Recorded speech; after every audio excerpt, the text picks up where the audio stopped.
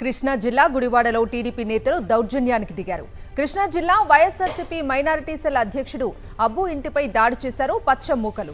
ఇంటి అద్దాలు పగలగొట్టి విధ్వంసం సృష్టించారు. టీడీపీ నేతల దాడిపై డీఎస్పీకి పేర్ని నాని ఫిర్యాదు చేశారు. వక్ఫ్ చట్టానికి వ్యతిరేకంగా సమావేశం పెట్టడానికి వీల్లేదని అబ్బును టీడీపీ నేత గణేష్ బెదిరించాడని ఆరోపించారు. ముస్లింలు సమావేశం పెట్టినందుకు ఎస్ఐ వచ్చి కమ్యూనిటీ హాల్కు తాళం వేశారన్నారు. ముస్లింలు మీటింగ్ పెట్టుకోవడానికి టీడీపీ నేత పర్మిషన్ కావాలా అని ప్రశ్నించారు పేర్ని నాని. అనేటువంటి ఒక వ్యక్తి అబూ గారికి ఫోన్ చేసి, అరే నువ్వు ఇక్కడ మీటింగ్ పెడితే నీ అంతు చూడాల్సి వస్తుంది, నువ్వు కావాలంటే బెజవాడలోనో బందర్లోనో వెళ్ళి మీటింగ్ పెట్టుకో, మీ సాయిబుల్ మీటింగ్, అంతేగాని గుడివాడలో ఏ కార్యక్రమం చేయటానికి లేదు. ఇక్కడ నా ఆదేశం అది, మీరు చేస్తే కనుక నీ అంతు చూడాల్సి వస్తుంది అని చెప్పని బెదిరించడం. బెదిరించినా కూడా ఇతను లొంగకుండా ఆ సమావేశానికి వెళ్ళిన పరిస్థితి అయితే దారుణంగా ఒక సబ్ ఇన్స్పెక్టర్ పోలీస్ వచ్చి ఇక్కడ మీటింగ్ పెడతాకి వీల్లేదు అని చెప్పానంటే ఏ రకంగా పోలీస్ వ్యవస్థని దిగజారుస్తున్నారో కొంతమంది పోలీస్ యూనిఫామ్ తొడుక్కున్న అధికారులు మనం చూస్తే, ఇట్లాంటి వాళ్ళందరినీ కూడా జిల్లా ఎస్పీ గారు కానీ డీజీపీ కానీ కంట్రోల్లో పెట్టాల్సినటువంటి అవసరం. తిరుపతిలో కూటమి ఎమ్మెల్యేల హై డ్రామా మరోసారి బట్టబయలైంది. గోశాలకు రావాలని భూమన కరుణాకర్ రెడ్డికి సవాల్ విసిరి చివరికి తోక ముడిచారు. ఎక్కడ గోశాల వద్ద ఘోరాలను బయట పెడతారోనని భయపడి పోలీసులను రంగంలోకి దింపారు. అడుగడుగునా భూమనతో పాటు వైఎస్ఆర్సీపీ శ్రేణులను అడ్డుకున్నారు. గోశాలకు వెళ్లకుండా నిర్బంధించారు. దీంతో మీడియా ముందు డ్రామా ఆడి టీడీపీ ఎమ్మెల్యేలు అడ్డంగా దొరికిపోయారు. గోశాలకు వెళ్లి టీడీపీ ఎమ్మెల్యేలను ఎంపీ గురుమూర్తి ప్రశ్నించారు. ఎంపీ గురుమూర్తి అడిగిన ప్రశ్నలకు సమాధానం చెప్పలేక నీళ్లు నమిలారు. టీడీపీ ఛాలెంజ్ను స్వీకరించేందుకు గోశాల లోపలికి వెళ్లేందుకు ప్రయత్నించిన భూమన అభినయ్ రెడ్డిని అరెస్ట్ చేశారు.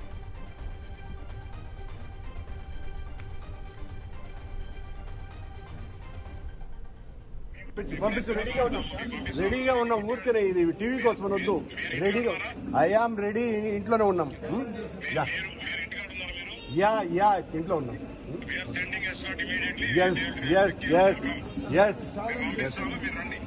చూస్తున్నాం. మేమేం రాలేదా? మమ్మల్ని రానియకుండా కట్టడి చేశారయ్యా, మమ్మల్ని రానియకుండా కట్టడి చేశారు. మీకు అలా కనపడుతున్నారా? ఓకే, బాగుంది బాగుంది. మా ఇంటి చుట్టూతో 100 మంది ఉన్నారు పోలీసులు. ఎందుకు ఇట్లాంటివన్నీ కూడా? సుధీర్, మీ ఎస్పీ గారిని పంపించి ఎస్కార్ని పంపించండి, వస్తాం. ఇప్పుడే రెడీగా ఉన్నాం. కార్యకర్తలతో కాకుండా గన్మెన్లతో గోశాలను సందర్శించాలని భూమనకు తిరుపతి జిల్లా ఎస్పీ హర్షవర్ధన్ రాజు సూచించారు. శాంతి భద్రతలకు విఘాతం కలగకుండా వెళ్లిపోవాలన్నారు. ఈ క్రమంలో గోశాలకు వెళ్లేందుకు భూమన సిద్ధమవ్వగా ఆయన ఇంటి వద్ద మరోసారి పోలీసులు అడ్డుకున్నారు. దీంతో భూమన, ఎంపీ గురుమూర్తి, నారాయణ స్వామి రోడ్డుపై పడుకుని నిరసన తెలిపారు. ఆ తర్వాత టీడీపీ రాష్ట్ర అధ్యక్షుడు పల్లా శ్రీనివాస్ కు భూమన ఫోన్ చేస్తే కట్ చేశారు.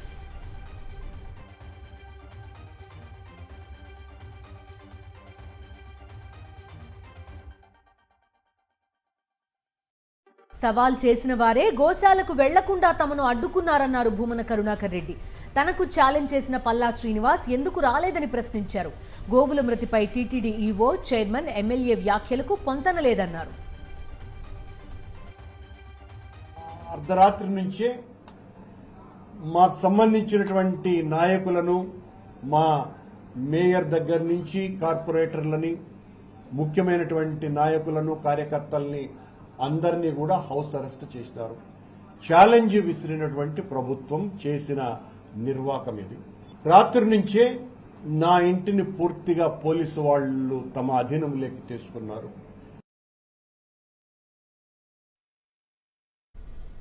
తిరుమల తిరుపతి దేవస్థానం గోశాలలో గోవుల మరణాలకు సంబంధించిన వాస్తవాలను పక్కదారి పట్టిస్తున్నారని, నిజాలు కప్పిపుచ్చేందుకు కూటమి ప్రభుత్వం కుట్రలు చేస్తోందని ఆరోపించారు ఎంపీ గురుమూర్తి.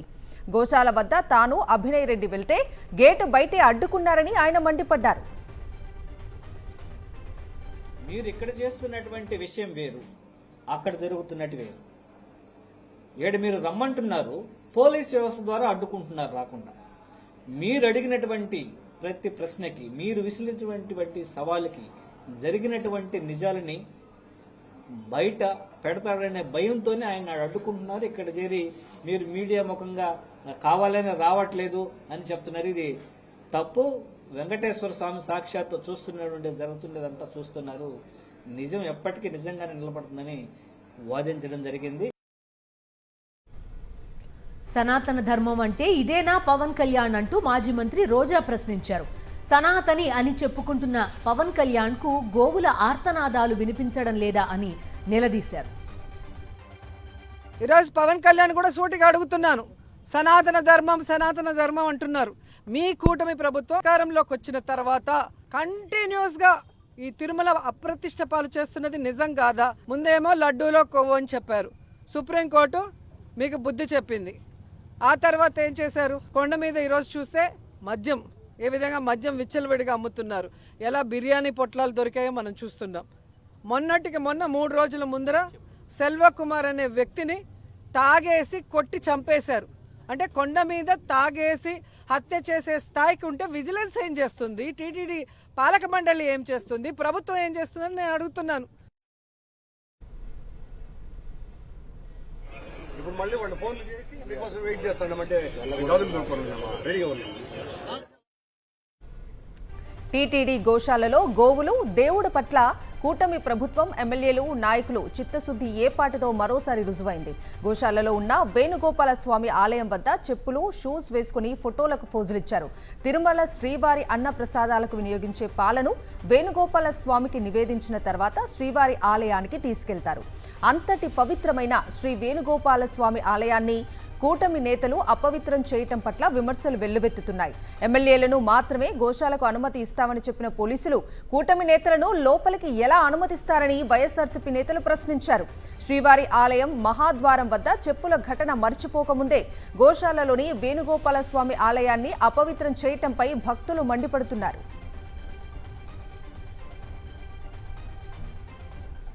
మిగతా వార్తలకు వెళ్దాం. నేషనల్ హెరాల్డ్ కేసులో ఏఐసీసీ అగ్రనేతలు సోనియా గాంధీ, రాహుల్ గాంధీ పేర్లను ఛార్జ్షీట్లో చేర్చడాన్ని నిరసిస్తూ కాంగ్రెస్ నేతలు, కార్యకర్తలు ధర్నా చేపట్టారు.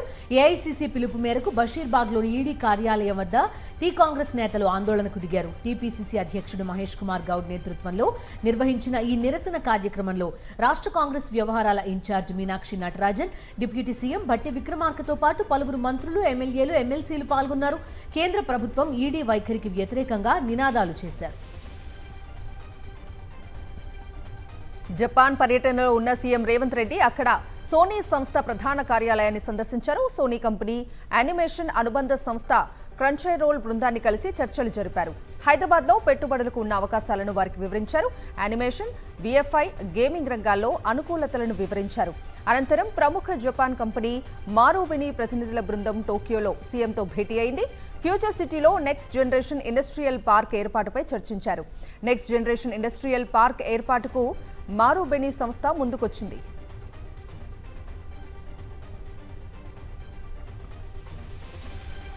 ధరణిలో తమ భూమి నమోదు కాలేదని బీఆర్ఎస్ నేతలే చెప్తున్నారని మంత్రి పొంగులేటి శ్రీనివాసరెడ్డి అన్నారు. భూభారతి చట్టం దేశంలోనే రోల్ మోడల్ కాబోతోందన్నారు. నారాయణపేట జిల్లా కాజీపూర్లో భూభారతిపై ఏర్పాటు చేసిన రెవెన్యూ సదస్సులో పాల్గొన్నారు ఆయన.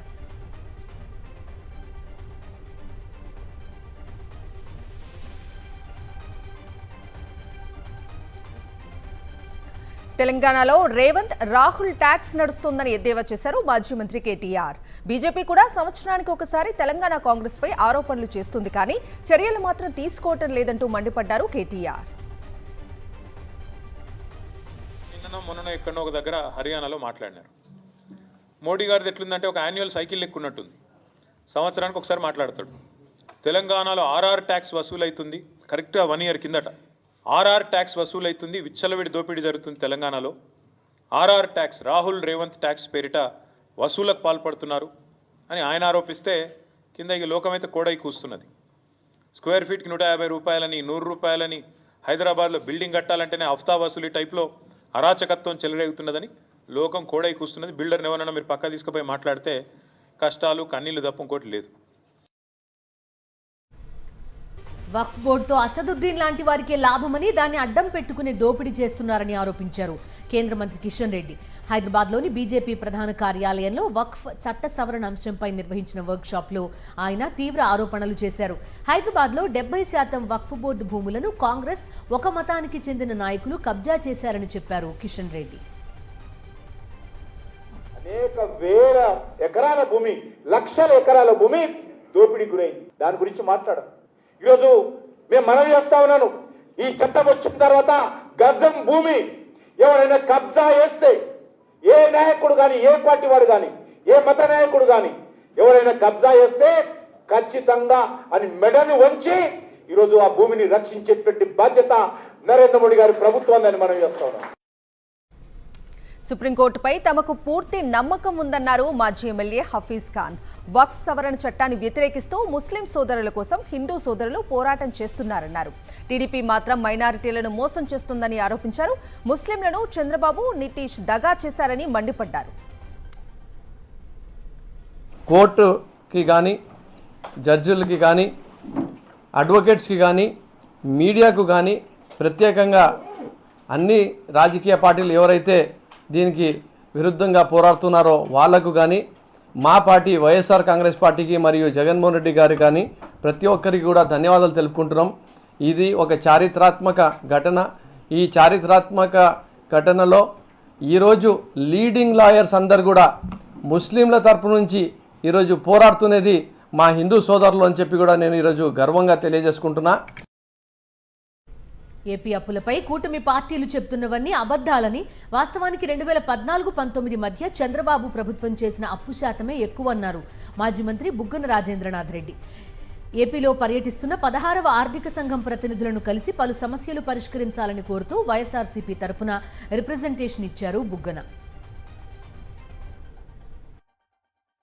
14 నుంచి 19 పీరియడ్ ఏదైతే ఉందో, వాస్తవానికి నిజం చెప్పాలంటే గత 2-3 సంవత్సరాలుగా ఊరికే వివిధ మీడియా సంస్థలు అన్ని అసత్యాలు ప్రచురించి చేయడం జరిగింది. కానీ ఏ ఫిగర్ చూసినా కూడా, ఆర్బీఐ ఫిగర్ చూసినా, సిఏజీ ఫిగర్ చూసినా, లేదా మాస్పీ ఫిగర్ చూసినా కూడా 14 నుంచి 19లో అప్పు శాతం ఎక్కువ, అప్పు చేసిండేది ఎక్కువ శాతము.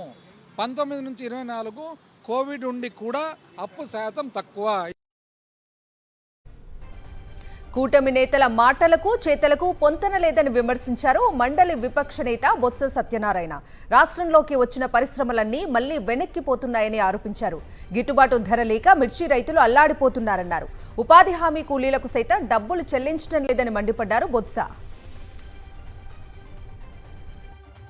రాష్ట్రంలో ప్రభుత్వం ఉందా లేదా అనేది అర్థం అవట్లే.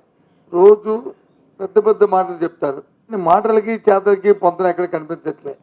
వాళ్ళు చెప్పిన ప్రతి మాట కూడా దానికి భిన్నంగా ప్రోత్సహించమంటే మీరు వచ్చి దాన్ని చెడగొట్టండి అర్థం, వాళ్ళ మీద దౌర్జన్యం చేయడం అర్థం. అక్కడ వచ్చి బస్సాకు వచ్చి 10 రూపాయలు ఇమ్మన్నారు, 20 రూపాయలు ఇమ్మన్నారు, లేకపోతే పరిశ్రమలు ఆపిమ్మన్నారు అని 1-2 పరిశ్రమలు వచ్చి పల్నాడు జిల్లాలో ఆపిన పరిస్థితి మనందరికీ తెలుసు. నేను రోజున కడపలో అక్కడ జరుగుతున్న ఆ సిమెంట్ పరిశ్రమ జరుగుతున్న దౌర్జన్యం తెలుసు.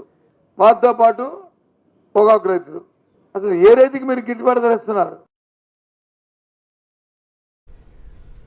ఏపీ చరిత్రలోనే అత్యధిక అప్పులు కూటమి ప్రభుత్వం తెచ్చిందని ధ్వజమెత్తారు మాజీ మంత్రి సీదిరి అప్పలరాజు. కేవలం 11 నెలల్లో సుమారు 1,47,000 కోట్ల అప్పులు చేశారని తెలిపారు ఆయన. ఏపీకి క్రెడిబిలిటీ లేకుండా ఉంటే అన్ని లక్షల కోట్ల అప్పు ఎలా తెచ్చారని ప్రశ్నించారు. పక్క నుంచేమో బేదరుపులు అరుస్తారు. ఎంత బేదరుపులు అరుస్తారంటే సూపర్ 6 అమలు చేయండి అనుకొని మొన్న ఎవరో మీటింగ్లు అడిగారు. చాలా వేలాకూలంగా సూపర్ 6 అమలు చేయాలని ఉంది, కానీ గల్లా పెట్టి ఖాళీ, డబ్బులు వచ్చే మార్గం ఉంటే చెప్పండి అని అడుగుతాడు. ఇది వేలాకూలం కాదా? మీరు ఇచ్చినటువంటి హామీలను అమలు చేయమని అడిగితే వేలాకూలం చేస్తారా? వైఎస్ఆర్ జిల్లా లింగాలలో గాలివానకు దెబ్బతిన్న అరటి పంటను పరిశీలించారు ఎంపీ వైఎస్ అవినాష్ రెడ్డి. 3 వారాల్లో లింగాల మండలంలో 2,015 150 ఎకరాల అరటి పంటను రైతులు నష్టపోయారన్నారు. ప్రభుత్వం వెంటనే రైతులకు నష్టపరిహారం అందించాలని డిమాండ్ చేశారు. ఇన్పుట్ సబ్సిడీతో పాటు పంటల బీమా ఇస్తేనే రైతు కోలుకుంటారన్నారు ఎంపీ అవినాష్ రెడ్డి. 2150 ఎకరాల పంట నష్టం వాటిల్లింది. ఇది ఒక్కొక్క ఎకరా సాగు చేయాలంటే కనీసం 1.5 to 2 lakhs ఖర్చు వస్తూ ఉంది. అంటే 1,50,000 నుంచి 2 లక్షల రూపాయలు ఎకరా సాగు ఖర్చు వస్తూ ఉంది.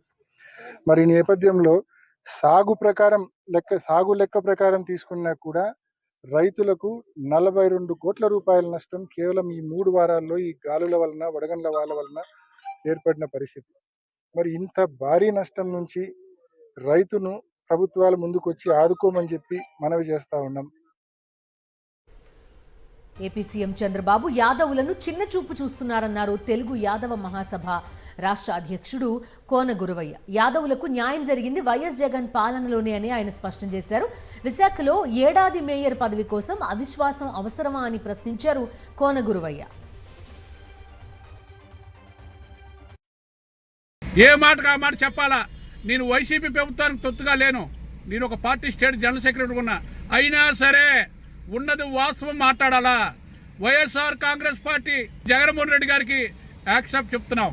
ఎందుకంటే ఈరోజు విశాఖ జిల్లాలో యాదవులకి నామినేట్ పదవులు ఎక్కువగా ఇచ్చిన పార్టీ ఏదని ఉందంటే వైఎస్ఆర్ కాంగ్రెస్ పార్టీ అని చెప్పాలా. ఎస్సీ వర్గీకరణకు ఆంధ్రప్రదేశ్ ప్రభుత్వం ఆర్డినెన్స్ జారీ చేసింది. గవర్నర్ అబ్దుల్ నజీర్ ఆమోదం అనంతరం ఇందుకు సంబంధించిన గెజిట్ను న్యాయశాఖ జారీ చేసింది.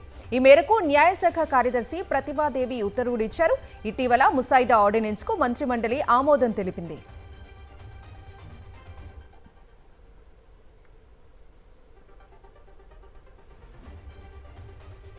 వైఎస్ఆర్ జిల్లా జమ్మలమడుగు నియోజకవర్గంలో బీజేపీ ఎమ్మెల్యే ఆదినారాయణ రెడ్డి తీరుతో అక్కడి పరిశ్రమల యజమానులు బెంబేలెత్తుతున్నారు. అల్ట్రాటెక్ సిమెంట్ ఫ్యాక్టరీలో ఉన్న ట్రాన్స్పోర్ట్ కాంట్రాక్టులన్నీ తమకే ఇవ్వాలంటూ స్థానిక బీజేపీ ఎమ్మెల్యే ఆదినారాయణ రెడ్డి హుకుం జారీ చేశారు. అంతటితో ఆగకుండా సిమెంట్ లారీలు బయటకు వెళ్లకుండా ఏకంగా రహదారికి ఒక మినీ వ్యాన్ అడ్డు పెట్టేశారు. ఇతని చర్య వల్ల ఒక ప్లాంట్లో ఇప్పటికే ఉత్పత్తి నిలిచిపోయింది. మరో ప్లాంట్లో కూడా ఉత్పత్తి ఆపేయాల్సిన దుస్థితి ఎదురైంది. బెంబేలెత్తిన యజమానులు కొన్ని కాంట్రాక్టులు ఆదినారాయణ రెడ్డి వర్గీయులకు ఇచ్చారు. అయినా ఇంకా బెదిరింపులకు దిగుతూ ఉత్పత్తిని అడ్డుకోవడంతో యజమానులు జిల్లా కలెక్టర్ని ఆశ్రయించారు.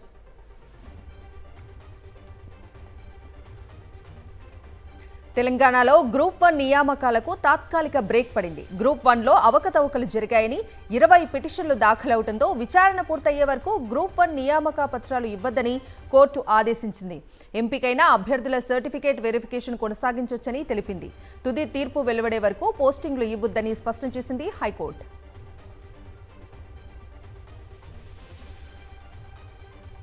టాలీవుడ్ హీరో రాజ్ తరుణ్ లావణ్య కేసులో రోజుకో ట్విస్ట్ వెలుగులోకి వస్తోంది. మొన్నటి వరకు ఈ వివాదం చల్లబడింది. అయితే బుధవారం నుంచి రాజ్ తరుణ్ లావణ్య ఇష్యూ మళ్లీ మొదటికొచ్చింది. రంగారెడ్డి జిల్లా నార్సింగి పోలీస్ స్టేషన్లో రాజ్ తరుణ్ కుటుంబ సభ్యులు అనుచరులపై లావణ్య ఫిర్యాదు చేసింది. 15 మందితో కలిసి రాజ్ తరుణ్ తల్లిదండ్రులు తనపై దాడి చేశారని ఆరోపిస్తోంది లావణ్య.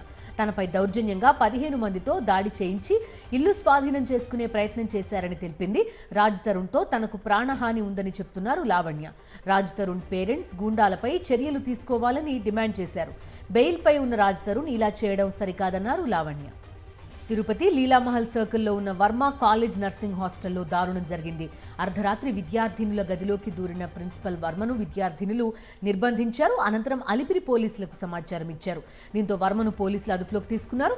వర్మను కఠినంగా శిక్షించాలని విద్యార్థినులు పోలీస్ స్టేషన్ వద్ద డిమాండ్ చేశారు. పక్క భవనంలో దూకిన విద్యార్థిని నిలదీసిన ప్రిన్సిపల్ వర్మపై అసత్య ఆరోపణలు చేస్తున్నారని మరికొందరు విద్యార్థినులు అంటున్నారు. నిజానిజాలు తేల్చేందుకు పోలీసులు విచారణ జరుపుతున్నారు. జాతీయ వార్తలకు వెళ్దాం. అసెంబ్లీలో ఆమోదించిన బిల్లులపై రాష్ట్రపతికి గడువు విధిస్తూ ఇటీవల సుప్రీంకోర్టు ఇచ్చిన తీర్పుపై ఉపరాష్ట్రపతి జగదీప్ ధన్ఖడ్ స్పందించారు. న్యాయస్థానాలు రాష్ట్రపతికి ఆదేశాలిచ్చే పరిస్థితి ప్రజాస్వామ్యంలో ఉండకూడదన్నారు. జడ్జిలు సూపర్ పార్లమెంట్గా వ్యవహరించడం సరికాదని వ్యాఖ్యానించారు. శాసనసభలు 1కి 2 సార్లు ఆమోదించిన బిల్లులను గవర్నర్లు ఆమోదం తెలపకుండా కాలయాపన చేయడం, రాష్ట్రపతి పరిశీలనలో ఉన్నవి తీవ్ర జాప్యానికి గురి కావడంపై ఇటీవల సుప్రీంకోర్టు సంచలన నిర్ణయం తీసుకుంది. గతంలో ఎన్నడూ లేని విధంగా ఈ అంశంలో గవర్నర్తో పాటు రాష్ట్రపతికి డెడ్ లైన్ విధించింది. గరిష్టంగా 3 నెలల్లోగా ఆ బిల్లులను ఆమోదించడమో తిప్పి పంపించడమో చేయాలని నిర్దేశించింది. రాష్ట్రపతికి గడువు విధిస్తూ సుప్రీంకోర్టు ఇచ్చిన ఈ తీర్పు చర్చనీయాంశమైంది. 2008 డిఎల్ఎఫ్ ల్యాండ్ డీల్ కేసులో వ్యాపారవేత్త రాబర్ట్ వాద్రాను వరుసగా 3వ రోజు విచారించింది ఎన్ఫోర్స్మెంట్ డైరెక్టరేట్. భూ ఒప్పందానికి సంబంధించిన లావాదేవీలపై ఆయన్ను ప్రశ్నించారు ఈడీ అధికారులు. తొలి రోజు 6 గంటలు, రెండో రోజు 5 గంటల సేపు రాబర్ట్ వాద్రాను విచారణ కొనసాగింది. వరుసగా 3వ రోజు ఈడీ విచారణకు హాజరైన రాబర్ట్ వాద్రా వెంట ఆయన భార్య, కాంగ్రెస్ ఎంపీ ప్రియాంక వాద్రా కూడా వచ్చారు. పాకిస్తాన్ తన దుర్బుద్ధిని మరోసారి బయటపెట్టింది. హిందువులు జమ్మూ కశ్మీర్ విషయంలో అక్కసు వెళ్లగక్కింది. కశ్మీర్ తమ జీవనాడి అని, దానిని మర్చిపోలేమన్నారు పాక్ ఆర్మీ చీఫ్ ఆసిం మునీర్. కశ్మీర్ సోదరులను అలా వదిలేయబోమంటూ బీరాలు పలికారు. ఇస్లామాబాద్లో ఓవర్సీస్ పాకిస్తానీస్ కన్వెన్షన్లో మాట్లాడారు మునీర్. హిందువులతో పోలిస్తే మనం భిన్నమని మన పూర్వీకులు భావించారని, అదే 2 దేశాల సిద్ధాంతికి పునాది వేసిందని చెప్పుకొచ్చారు.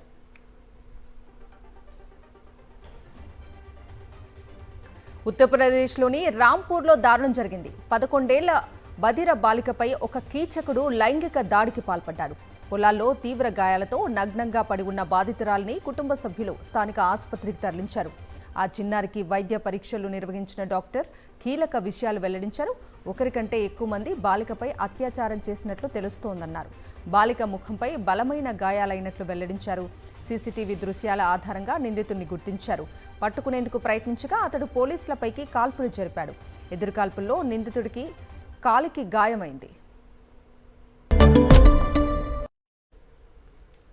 బిజినెస్ అప్డేట్స్ చూద్దాం. దేశీయ స్టాక్ మార్కెట్ సూచీలు వరుసగా 4వ రోజు లాభాల్లో ముగిశాయి. అమెరికా, చైనా మధ్య నెలకొన్న ఘర్షణ వాతావరణం, అంతర్జాతీయ మార్కెట్ల నుంచి మిశ్రమ సంకేతాలు ఉన్న ఫైనాన్షియల్ స్టాక్స్లో కొనుగోళ్ల మద్దతుతో సూచీలు రాణించాయి. ముఖ్యంగా ఐసీఐసీఐ బ్యాంక్, హెచ్డీఎఫ్సీ బ్యాంక్ సూచీలను ముందుండి నడిపించాయి. దీంతో సెన్సెక్స్ 1500 పాయింట్ల మేర లాభపడి మళ్లీ 78,000 మార్కును దాటగా నిఫ్టీ దాదాపు 400 పాయింట్ల మేర లాభపడి 23,800 ఎగువన ముగిసింది. అంతర్జాతీయంగా, దేశీయంగా బంగారం ధర సరికొత్త గరిష్టాలకు చేరింది.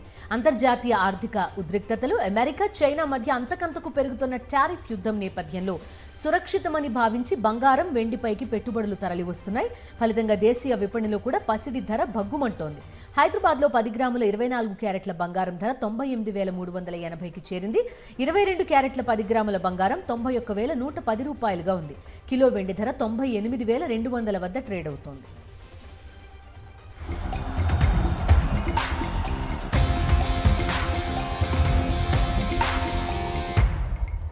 Coming to sports updates. భారత క్రికెట్ జట్టు బోర్డర్ గవాస్కర్ ట్రోఫీలో పేలవ ప్రదర్శనతో బీసీసీఐ యాక్షన్లోకి దిగింది. 4 సపోర్టింగ్ స్టాఫ్ పై వేటు వేసింది. Assistant coach Abhishek Nayar, fielding coach T దిలీప్తో పాటు స్ట్రెంగ్త్ అండ్ కండిషనింగ్ కోచ్ సోహం దేశాయ్ను తప్పించింది. అసిస్టెంట్ కోచ్ రియాన్ను తాత్కాలికంగా ఫీల్డింగ్ కోచ్ బాధ్యతలు అప్పగించింది. మెన్స్ క్రికెట్ టీం ఇంగ్లాండ్ టూర్కు ముందే మరికొన్ని మార్పులు ఉంటాయని బీసీసీఐ వర్గాలు వెల్లడించాయి. ఇవి నాన్ స్టాప్ న్యూస్ అప్డేట్స్.